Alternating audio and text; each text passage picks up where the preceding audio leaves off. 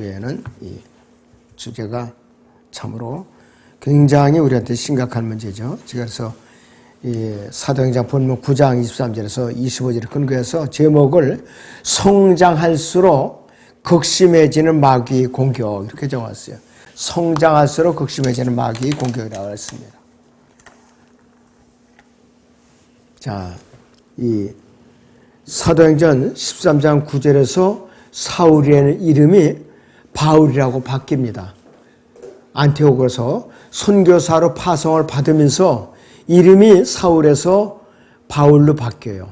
사울은 유대인식 이름이고 그 다음에 이 바울은 로마식인 이방식 이름으로 바뀌는 것이에요. 그래서 이 불리기 전에 사울은 성령으로 거듭난 자의 참된 모습답게 담대하게 복음을 전했어요. 그는 사도행전 초반부에서 다마스커스로 그리스도인들을 체포하러 가는 과정에서 주님을 만났어요.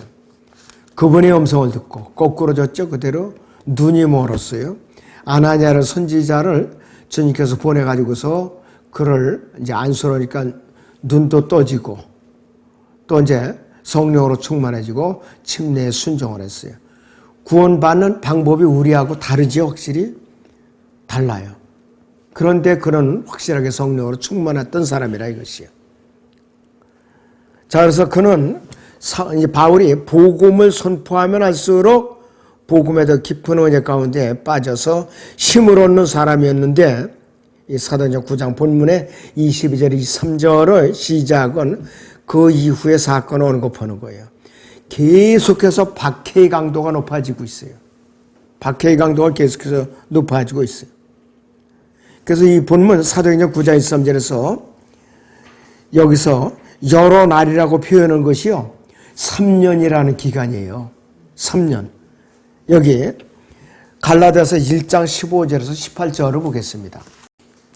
그러나 나의 어머니의 태로부터 나를 선별하시고 그의 은혜로 나를 부르신 하나님께서 나로 하여금 이방 가운데 그를 전파하도록, 예수를 전파하도록 내 안에 그의 아들, 하나님의 아들을 계시하시기를 기뻐하셨을 때에 내가 즉시 혈과 육에 의논하지 아니하고 나보다 먼저 사도가 된 그들을 만나려고 예루살렘으로 올라가지도 아니하고 다만 아라비아로 갔다가 다시 다마스커스로 돌아갔노라. 그리고 나서 3년 후에 내가 베드로를 보고자 예루살렘으로 올라가서 그와 함께 15일간을 지냈으며 주의 아우인 야고보 외에는 다른 사도들을 만나보지 못하였노라 그랬습니다. 아라비아로 갔다는 것은 시내산에 갔다는 소리예요. 거기서 3년간 주님께로부터 직접 계시를 받고 말씀을 배운 것이에요. 직접적으로. 자, 그런데 이 3년 기간에 이 사울은 바울 이전에 사울이라고 불렸죠. 그 당시에도 더 영적으로 다져져서 돌아온 거라 이것이에요. 성경 지식과 성령으로 충만해지고 전보다도 철저한 입구로 다져져 가지고서 이제 돌아온 것이에요. 그런데 유대인들은 이제는 그를 죽이려고 이제 나선 거예요. 사도행전 7장에서 스데판을 죽이는데 찬성했던 그가 죽이는 사람들의 옷을 갖다가 모아놓고 돌보고 있고 죽는 장면을 목격했던 거라 이것이에요. 인데는 스데판과 똑같은 처지에 놓인 것이에요. 언제든지 순교당할 수 있는 위기에 놓이게 됐다 이것이에요. 그런데 하나님께서는 아직까지 그의 때가 안 되었으니까는 그에게 미리 계략을 알려줘가지고서 제자들을 통해서 성 밖으로 도피하도록 안내를 인도해 주셨어요.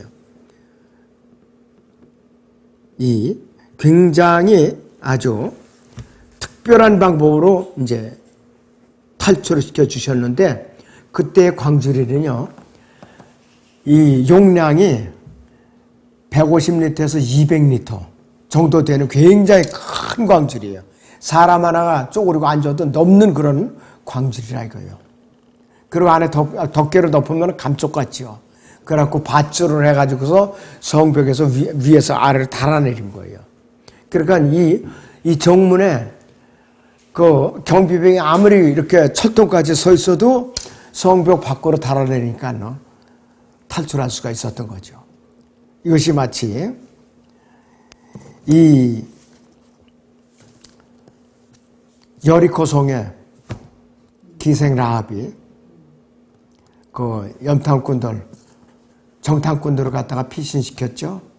그리고 이제 저 붉은 띠를 갖다가 이제 내려놓고 또 이렇게 덮어놨죠. 그래갖고 이제 추격꾼들이 쫓아갔을 때에 나무숲에 숨었다가 포기하고 돌아와서 이제 다시 여호수아로 돌아갔죠. 그걸 연상케 보니까. 이 본문에서 우리가 이제 기억해야 할 것은 딱 두 가지예요. 첫째는 우리가 준비가 되면 될수록 영적으로 성장할수록 주님께 더 밀착되면 될수록 사탄은 우리를 가만두질 않아요. 강도가 센 거야. 강도가 세다 이것이. 사울은 3년이라는 기간에 하나님과 충분한 교제를 통해서 주님의 몸인 교회에 대한 계시와 하나님의 모든 계획 등 성경적인 지식을 갖다 얻은 거예요. 에베소 3장을 보죠. 사도 바울에게만 주셨던 계시. 에베소 3장 3절부터 봅니다. 주님의 몸의 계시를 갖다 사도 바울에게만 알려주신 거예요. 이것은 그분이 계시로 내게 신비를 알게 하신 것이며 내가 전에 간략하게 쓴 것 같으니 너희가 읽을 때 거기서 그리스도의 신비 안에 있는 나의 지식을 이해하게 되리라 그랬습니다. 그리스도의 신부는 교회의 신부예요. 주님의 몸의 신비를 말하는 것이요. 그것이 성령으로 그의 거룩한 사도들과 선지자들에게 지금 계시되는 것처럼 다른 시대들에서는 사람들이 아들들에게 알려지지 아니하였으니 이는 이방인들이 복음을 통하여 그리스도 안에서 공동상속자가 되고 한 몸이 되며 그의 약속의 동참자가 된다는 것이라 그랬습니다. 로마서 8장 15절에서 18절에 그 말씀이에요. 자, 이로써 그분의 능력이 효과적으로 역사하신 대로 내게 주신 하나님의 은혜의 선물을 따라 내가 이 복음의 일꾼이 되었노라. 모든 성도들 가운데서 가장 작은 자보다도 더 작은 나에게 이 은혜를 주신 것은 이방인들 가운데 헤아릴 수 없는 그리스도의 풍요함을 전파하게 하려는 것이라. 또 예수 그리스도를 통하여 만물을 창조하신 하나님 안에서 세상에 시작될 때부터 감추어져 왔던 신비의 교제가 무엇인지 모든 사람에게 알게 하려는 것이니 이는 이제 교회를 통하여 천상에 있는 정사들과 권세들에게 하나님의 다양한 지혜를 알게 하려는 것이라. 이것은 하나님께서 그리스도 예수 우리 주 안에서 계획하신 영원한 목적에 따른 것이니라 그랬습니다. 교회의 신비도 알려주셨고 공동상속자라는 것도 알려주셨고 약속의 동참자가 된다는 것도 사도 바울에게만 알려주신 거예요. 그래서 로마서 8장에도 그렇게 표현되는 거라 이것이에요. 그렇기 때문에 그는 복음을 전할 때 남보다도 더 열성적으로 전했던 것이에요. 박해도 더 많이 받았고. 자, 근데 하나님의 뜻을 방해하고자 애를 썼던 이 사탄은 그 당시에 다마스커스를 지배하고 있던 아레타 왕의 관원들, 저 유대인들을 이용해서 사울을 죽이려고 애를 썼던 거죠. 고린도후서 11장에 32절에서 32절을 보겠습니다. 다마스커스에서 아레타 왕의 총독이 나를 잡고자 하여 다마스커스인들이 성읍을 한 수비대로 지켰을 때 내가 광주리를 타고 창문을 통해 성벽을 따라 내려가 그의 손에서 피하였느니라 그랬습니다. 마태복음 14장에서는 오병이어의 기적이 나오죠. 5,000명이 먹고 남은 것을 12광주리에 거뒀다고 그랬죠. 그 광주리는 용량이 작은 거예요. 우리로 말하면은 옆구리에 끼고 다닐 만한 소쿠리 많은 용량. 그런데 마태복음 15장에서는 이제 오병이어의 기적이 나는데 어떻게 되느냐? 4,000명이 먹고 7광주리를 거뒀죠. 그 광주리는 어떤 크기냐면 바로 이 광주리의 크기예요. 150리터에서 200리터 정도 되는 거. 큰 광주리예요. 달라요. 용량이 달라요. 지난번에 제가 단위 환산표 나눠드렸을 때 그거에 나와 있는 것이요. 이 개념을 알고서 읽으면 된다 이거예요. 어떻게 광주리에 타고 내려가지? 들킬 텐데 염려할 필요가 없어요. 뚜껑을 덮으면 원체 큰 광주리라 보이질 않는 거예요. 그 경비병도 차마 이것까지는 잡아낼 수가 없었던 거예요. 감쪽같이 피신시킨 거예요.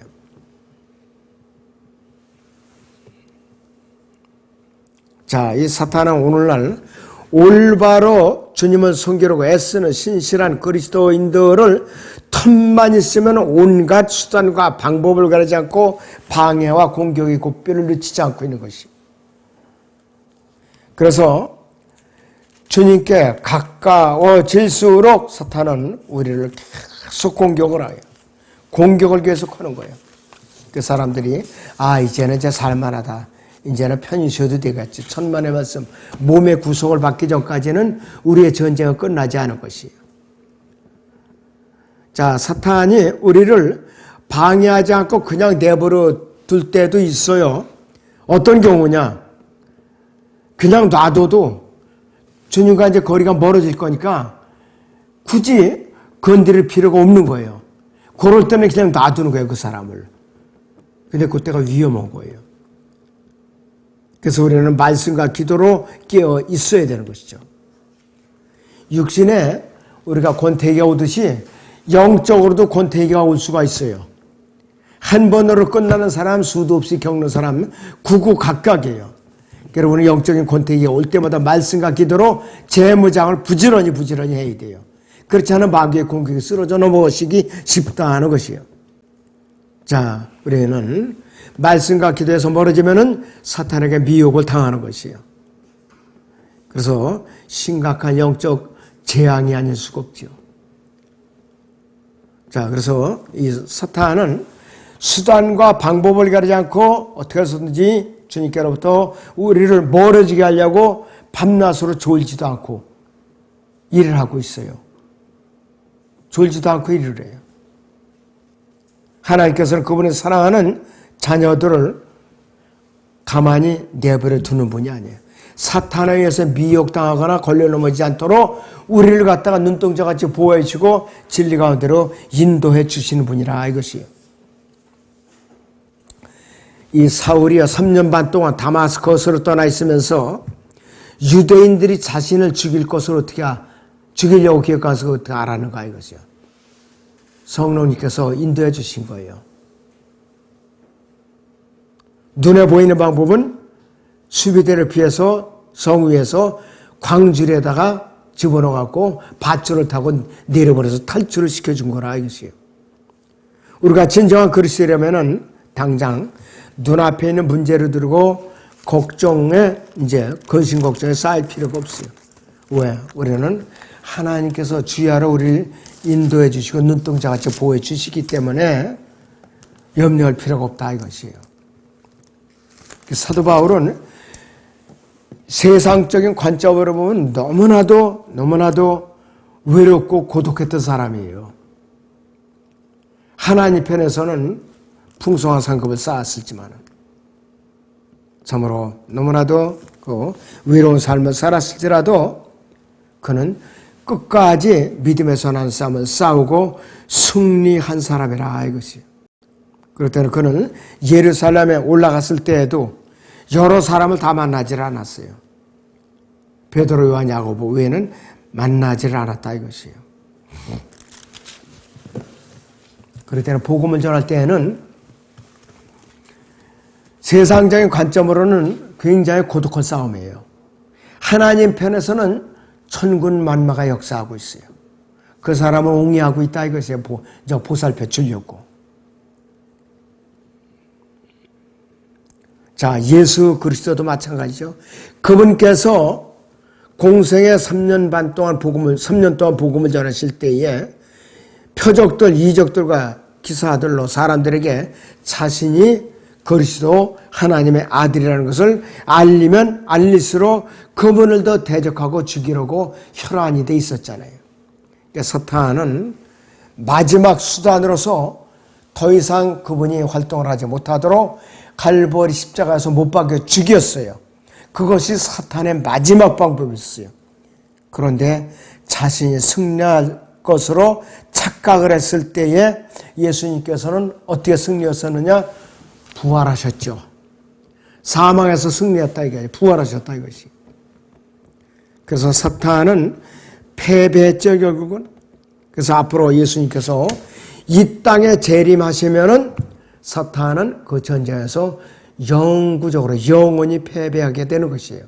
영원히 패배하게 되는 것이에요. 로마서 16장 20절을 보겠습니다. 평강의 하나님께서 사탄은 속히 너희의 발 아래서 부수실 것이니라. 우리 주 예수 그리스도의 은혜가 너희와 함께 있을지어다. 아멘. 그랬습니다. 이것이 벌써 AD 55년, 60년 사이에 사도 바울이 기록한 것인데 벌써 지금 2000년이 가까워지고 있어요. 이것은 재림을 말하는 것이에요. 타임이 재림을 말하는 것이에요. 그래가지고 결과적으로 예수님께서 재림하시면은 이제 사탄이 어떻게 멸망하는가? 요한계시록 19장을 봅니다. 20절에서 21절을 보죠. 또 내가 보니 그 짐승과 땅의 왕들과 그들이 군대가 그 말탄 분과 그의 군대에 대적하여 전쟁을 하려고 다 함께 모였더라. 그러나 그 짐승에 잡히고 짐승 앞에서 기적들을 행하던 거짓 선지자도 그와 함께 잡혔으니 그는 짐승과 더불어 그 짐승의 표를 받은 자들과 그의 형상에 경배한 자들을 속이던 자라. 이 둘이 유황으로 불타오르는 불못의 산채로 던져지더라. 그리고 그 남은 자들은 말 위에 앉으신 그분의 칼, 즉 그의 입에서 나오는 칼로 살해되니 모든 새들이 그의 살로 배를 채우더라 그랬습니다. 배를 채우더라 그랬어요. 그리고 이 사탄은 어떻게 되느냐? 깊은 구렁에 갇혀 있죠. 천년간 갇히게 돼요. 요한계시록 20장 1절에서 3절까지 보죠. 또 내가 보니 한 천사가 하늘에서 내려오는데 그의 손에는 끝없이 깊은 구렁의 열쇠와 큰 서슬을 가졌더라. 그가 그 용을 잡으니 그 마귀요 사탄이 일뱀이라 그를 1000년 동안 묶어두니 그를 끝없이 깊은 구렁에 던져서 가둬두고 그 위에 봉인하여 1000년이 찰 때까지는 민족들을 다시는 미혹하지 못하게 하더라. 그 후에는 그가 반드시 잠시 동안 풀려나게 되리라 그랬어요. 그 1000년이 또 지나면은 1000년 통치가 지나면은 그가 마지막으로 체포가 되죠. 자, 요한계시록 20장 7절에서 9절을 봅니다. 그 1000년이 끝나면 사탄이 그의 감옥에서 풀려나 땅의 사방에는 민족들 곧 곡과 마곡을 미혹하려고 나가서 그들을 함께 모아 전쟁을 일으키리니 그 수가 바다의 모래 같으리라. 그들이 땅의 넓은 데로 올라가서 성도들의 진영과 사랑하시는 도성을 포위하니 하늘에서 불이 내려와 하나님께로부터 내려와 그들을 삼켜버리더라. 그들을 미혹하던 마귀가 불과 유황못에 던져지니 그곳에는 그 짐승과 거짓 선지자도 있어 영원 무궁토로 밤낮 고통을 받으리라 그랬습니다. 아직까지 사탄이 결박된 것이 아니에요. 끝났다 그러면 큰 잘못이에요. 잘못 알고 있는 것이. 근데 사람들은 이제 십자가에서 다 끝났다고 그런단 말이에요. 이거는 아주 위험한 발상. 자, 우리 그래서 그리스도인들은 이제 성장하면 할수록 마귀 공격의 강도가 더 세질 거라 이것이에요. 그렇다면 이 세상에서 예수 그리스도를 믿는다고 무조건 잘 되고 부자가 되고 근심 걱정이 없어지고 또 사회적으로 크게 성공한다는 그런 기대감에 이제 들떠 있다면은 그 사람은 사탄에게 속고 있는 거예요. 지고 있는 거예요. 이 세상에 속해 있는 이상 사탄의 방해는 필연적으로 받게 돼 있어요. 왜? 이 세상은 악한 현 세상이라고 그랬어요. 갈라서 1장 4절에 있는 대로. 그래서 우리는 사탄의 방해를 필연적으로 받게 돼 있어요. 왜? 우리는 몸의 변화가 아직 못 받았다 이것이에요. 더욱이 그리스도인으로 살아가는데 사탄의 공격과 미혹과 시험과 박해가 전혀 없다 하면은 그 사람이 진정으로 구원 받았는가 한번 점검을 다시 해볼 필요가 있어요. 자, 구원을 받았을지라도 사탄의 편에서 세상에 소망을 두고 있는, 세상에 수선을 두고 있는 사람임에 틀림없다 이것이요. 대부분의 사람들이 지금 이쪽 편이에요. 대부분의 사람들이. 그리스도인은 필연적으로 사탄의 공격을 이제 받게 되어 있지만은 우리는 역설적으로 걱정할 필요가 없어요. 왜? 바울에게 피할 길을 주셨듯이, 예수 그리스도를 살리셨듯이 우리도 이 세상의 싸움에서 승리할 수 있다 이것이. 왜 그런가? 우리는 주님께서 성령으로 우리 몸 안에 내주에 계시기 때문에 그래요. 그럴 때는 승리할 수가 있는 것이. 또 예수 그리스도 공중 재림 때에 몸의 변화를 들림 받을 것이기 때문에 문제가 없다 이것이요. 바로 주님의 몸이 지체인 우리의 미래는 승리가 보장되어 있는 싸움이라 이것이요. 우리는 승리를 미리 선언해 놓는 전쟁을 하고 있는 것이에요. 불확실한 전쟁이 아니라 보장된 전쟁이라 이것이요.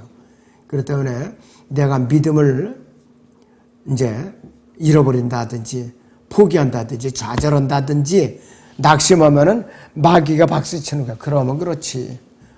그렇게 갖고 자꾸 구렁으로 빠뜨리는 거라 이것이. 아무쪼록 우리가 믿음의 권태기가 닥치는 순간마다 말씀과 기도로서 부르짖어야 돼요. 찬송으로 부르짖고. 아무쪼록 여러분이 주님의 이름으로 늘 깨어 있으시기를 축원합니다.